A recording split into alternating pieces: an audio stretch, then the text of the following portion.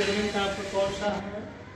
Determine refractive index of glass slab with the help of travelling microscope. इसमें ये table है और ये इसका मेन है। R1 क्या है? वह रीडिंग है जब ग्लास स्लैब के बिना हम जो ग्लास मार्क है उस पर फोकस करते हैं ट्रैवलिंग माइक्रोस्कोप को, तो R1 हो जाता है। और ग्लास स्लैब के साथ जब हम फोकस करते हैं तो R2 हो जाता है। और जब ग्लास स्लैब के सरफेस पर नाइट्रोपोडियम पाउडर डालने के बाद उस पाउडर के पार्टिकल पर हम फोकस करते हैं तो यह रीडिंग हमको देता है R2। ये टेबल में सब दर्शाया गया है। R1, R2, R3 निकालने का एक ही तरीका है जो ट्रैवलिंग माइक्रोस्कोप में वर्नियर स्केल लगा हुआ है उसके जरिए हम उसे देखते हैं। और यहाँ सारा इस टेबल में लिखते हैं। जैसे यहाँ पे MSR लिखा हुआ है तो MSR का मतलब मेन स्केल रीडिंग। तो इसमें क्या है कि यह क्रास मार्क विदाउट स्लैब रखने बिना रखे ही हम MSR, ASD और BSD BSR vernier scale reading तभी मिलता है जब हम BSD में यानी वर्नियर स्केल डिवीजन में लिस्ट काउंट से मल्टीप्लाई करते हैं। ऐसे तीनों सिचुएशन में R1, R2 और R3 MSR और BSD के हेल्प से हम फाइंड कर लेते हैं, जिससे हमें R1, R2 और R3 मिल जाता है। फिर हम क्या करते हैं, हमारे पास फार्मूला है H। ये रियल डेप्थ है जो R1 माइनस R3 से मिल जाता है और H डैश जो अपरेंट डेप्थ है जो R2 माइनस R3 से मिल जाता है।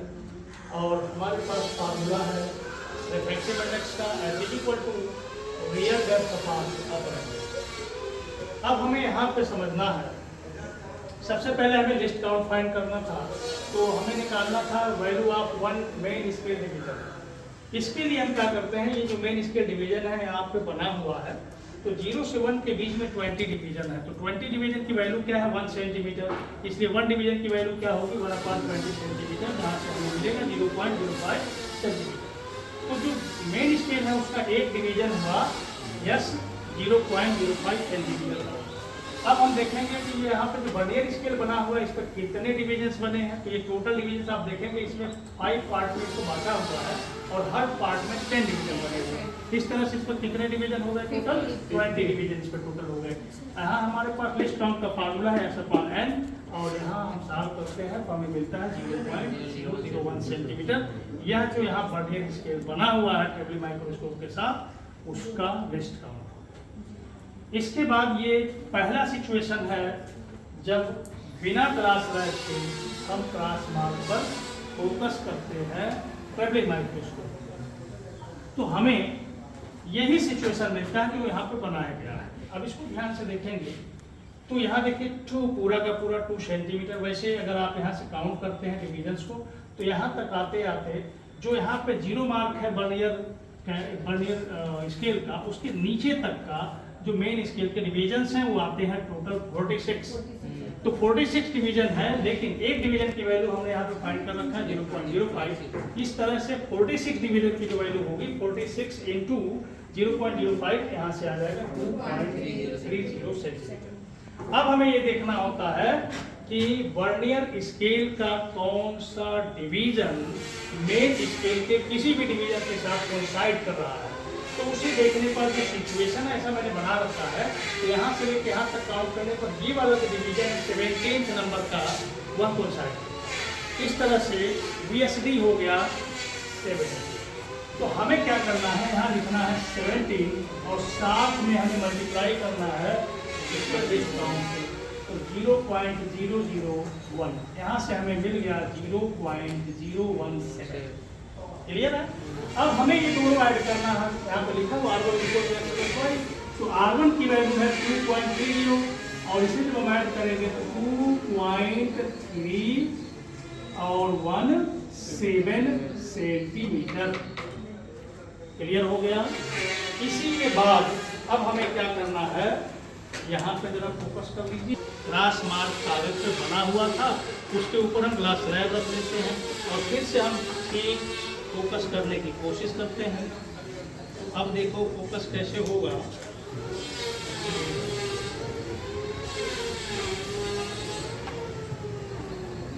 अब इसको हम थोड़ा सा ऊपर करेंगे पैमाने को सीधे सीधे।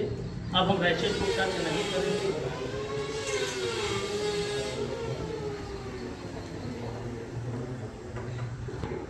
अब ये फोकस होगा, ठीक है।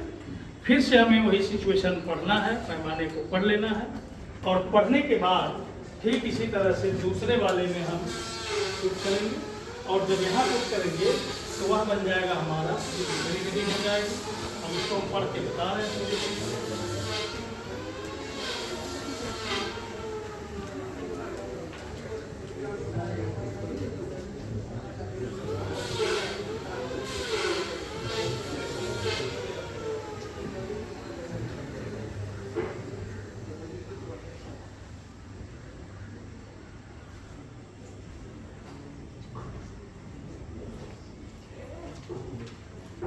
तो 56 में आप मल्टीप्लाई करोगे 0.05 कितना हुआ 2.80। ठीक है, एक बार हम और चेक कर लेते हैं क्योंकि बहुत ही सावधानी से इसे देखना पड़ता है।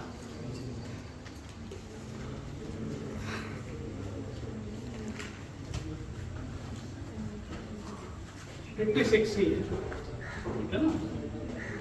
2.80।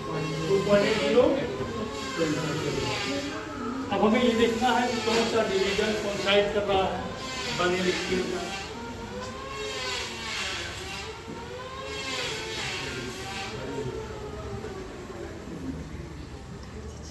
अब देखो ये वाला कोइंसाइड कर रहा है, ठीक है 4। तो यहाँ आप लिखेंगे 4 इंटू 0.001। यहाँ से मिल जाएगा 0.04। ठीक है भाई। अब x और y को ऐड करेंगे तो क्या होगा 2.804 सेंटीमीटर। क्लियर, ये कौन सा बन गया R2 बन गया। इसी तरह से अब लाइकोपोडियम पाउडर उस पर छिड़काव करेंगे, ग्लास के सरफेस पे, ग्लास स्लैब के सरफेस पर लाइकोपोडियम पाउडर का छिड़काव कर देंगे और फिर उस पर फोकस करेंगे।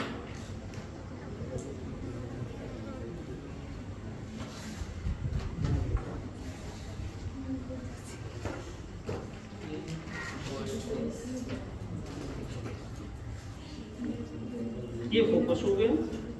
अब तो 73 में मल्टीप्लाई करेंगे 0.05 का तो आ गया 3.65। अब फिर हमें देखना है BSD।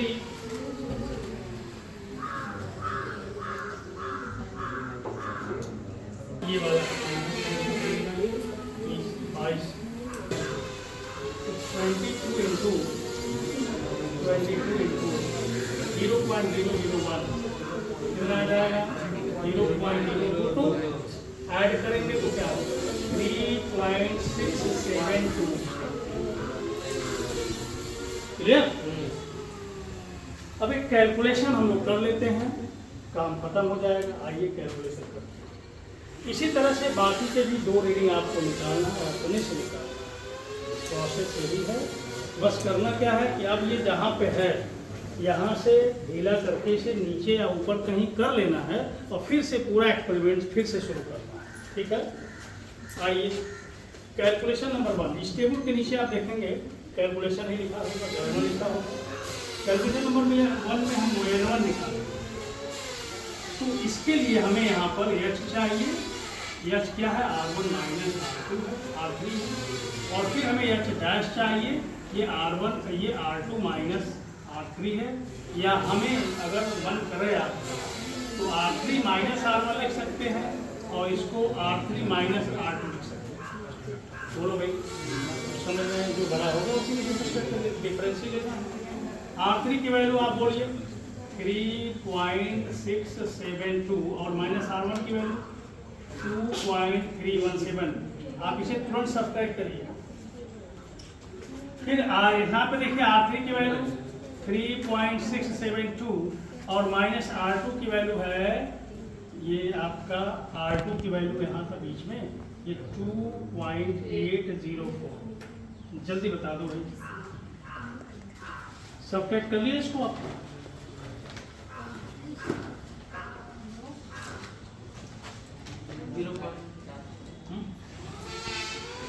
कितना होता है ये वाला? 0.8628।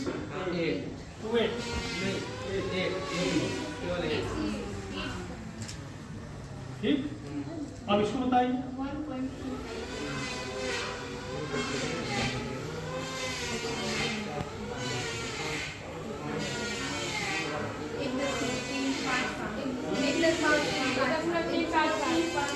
0.3 ठीक है, हो गया सेंटीमीटर। अब हम पहली वाला N1 निकाल देंगे, हमें कहीं भी लिख सकते हैं N1, यानी पहले रीडिंग से रिफ्रैक्टिव इंडेक्स। तो ये हो जाएगा H 1.5, H की वैल्यू है 1.355 अपान 0.86 आया कितना, इसको सॉल्व कर लीजिए। ठीक है, इसको सॉल्व कर लीजिए। आया कितना? एक्सेल आपका सफल रहा कि नहीं रहा? बहुत बेहतरीन पेपर है। ठीक है, फिर बाकी की रीडिंग अपने से करना है।